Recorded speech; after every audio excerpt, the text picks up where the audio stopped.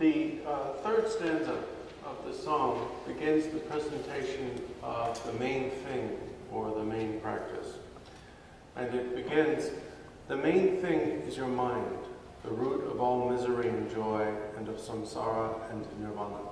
Although we take it to be a self, look for its origin, location, destination, going and coming. We experience all sorts of things. We experience misery, we experience joy. We wander through samsara, and we are capable of achieving nirvana. What experiences all of this is our minds, which are therefore the root of all of our experience.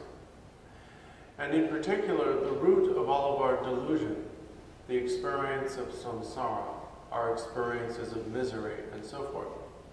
The root of all of this is our misapprehension that our mind is a self, that it is some kind of solid entity. And it is this misapprehension that causes us to wander potentially endlessly through samsara.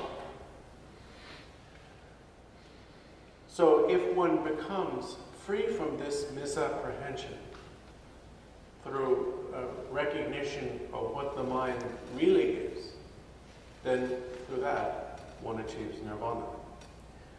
Therefore, samsara and nirvana do not exist apart from the mind. Samsara is a deluded mind, and nirvana is an undiluted mind. So therefore, the starting point to gaining recognition, to achieving liberation through that recognition, is to examine your mind. We assume that the mind is a self. We assume that the mind has certain attributes. Attributes that make our sense of it as something solid, something substantial, or reasonable. But we have to question that.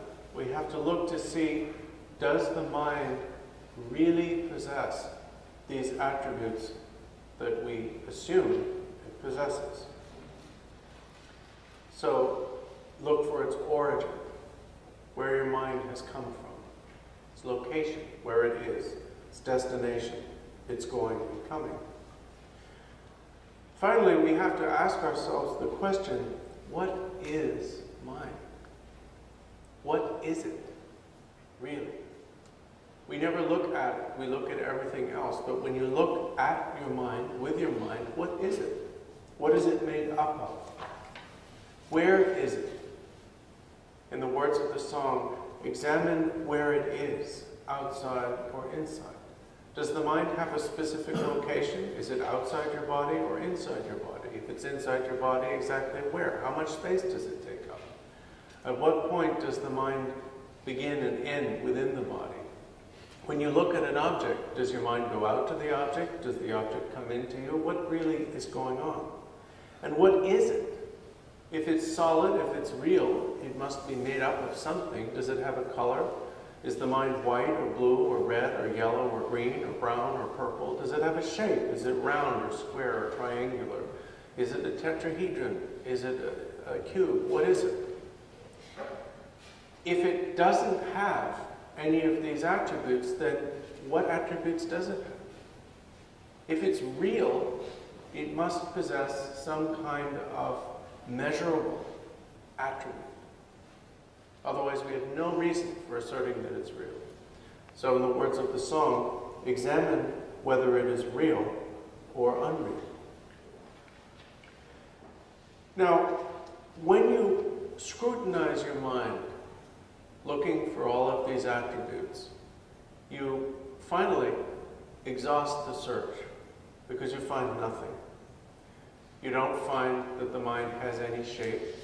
You don't find that it has any color. You don't find that it has any limited or unique location. Why? Because the mind, in the words of the song, is emptiness. And it is neither one nor many. We assume that our mind is one thing.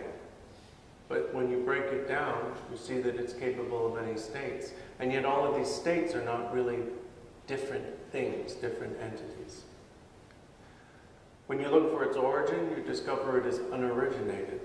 When you look for its location, you discover it is unfindable. And when you look for where it goes, you see that it is unceasing. It never stops. But at the same time, while your mind doesn't have any of these attributes, it is not nothing. Because after all, it is your mind that is looking for all of this.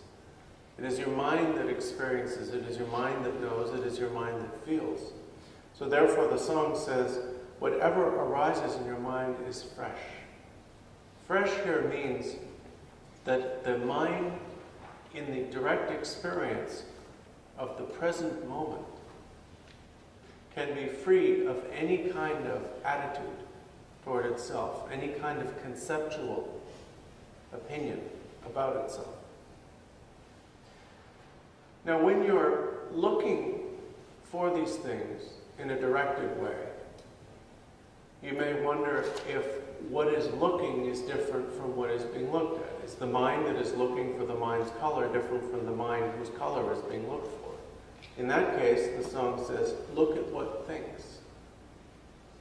Look at what is thinking. Does the mind have a color, shape, or location?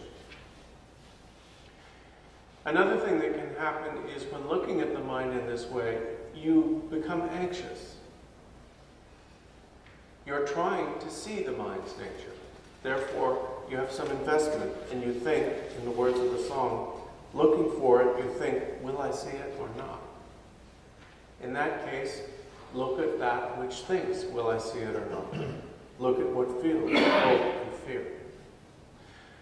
No matter what you look at within the mind, whether you look at the mind itself, whether you look at the mind as that which is thinking about looking at the mind itself, no matter what you look at, you won't find anything.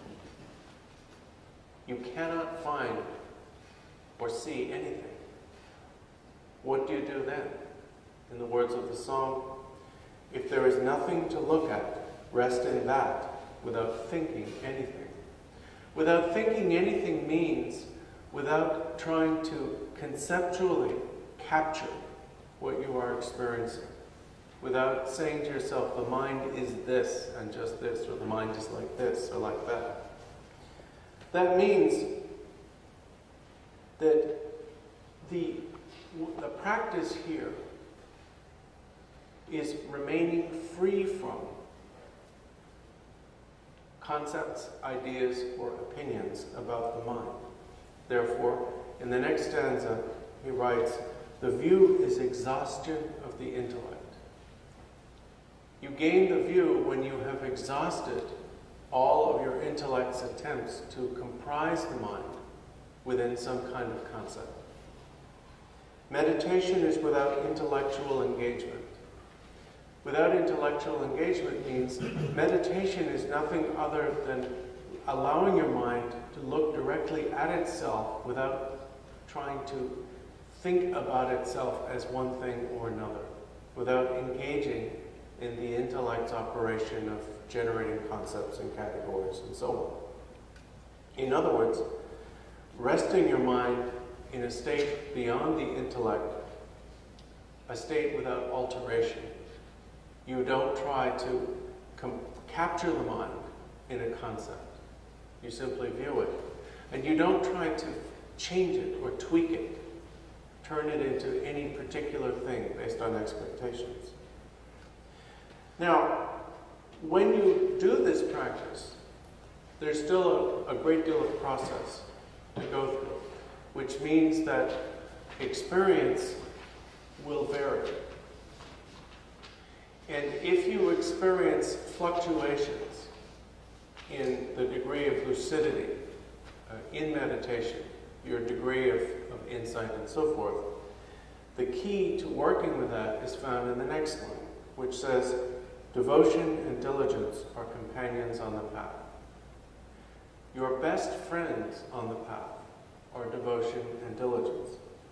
Because if you experience that your mind becomes torpid, unclear, it is difficult to practice, then if you pray to the root and lineage gurus with great devotion, that they grant you their blessings, that will bring enhancement. That will bring progress. But at the same time, you have to accept that this process of experience will vanish. You will experience things at some times, and they will vanish and dissipate. So therefore it says, if you meditate one-pointedly in that way, you will gradually pass through all the stages of experience. Being willing to pass through all the stages of experience means, among other things, accepting the fact that experiences will vanish like mist. For example, sometimes through supplicating with great devotion, you'll develop an authentic experience. But then that experience will change as the conditions to which your mind is subject change, and so forth. But if in spite of the fluctuations in experience, if in spite of the ups and downs and so forth, you continue, eventually the wisdom of realization will arise effortlessly. Eventually you will authentically see your mind's nature, and the fruition, perfect Buddhahood, will quickly be attained. Through continuing, through going on, going through all the stages, employing devotion, and maintaining revulsion for samsaric doings, you will eventually reach the final stage, which is Buddhahood.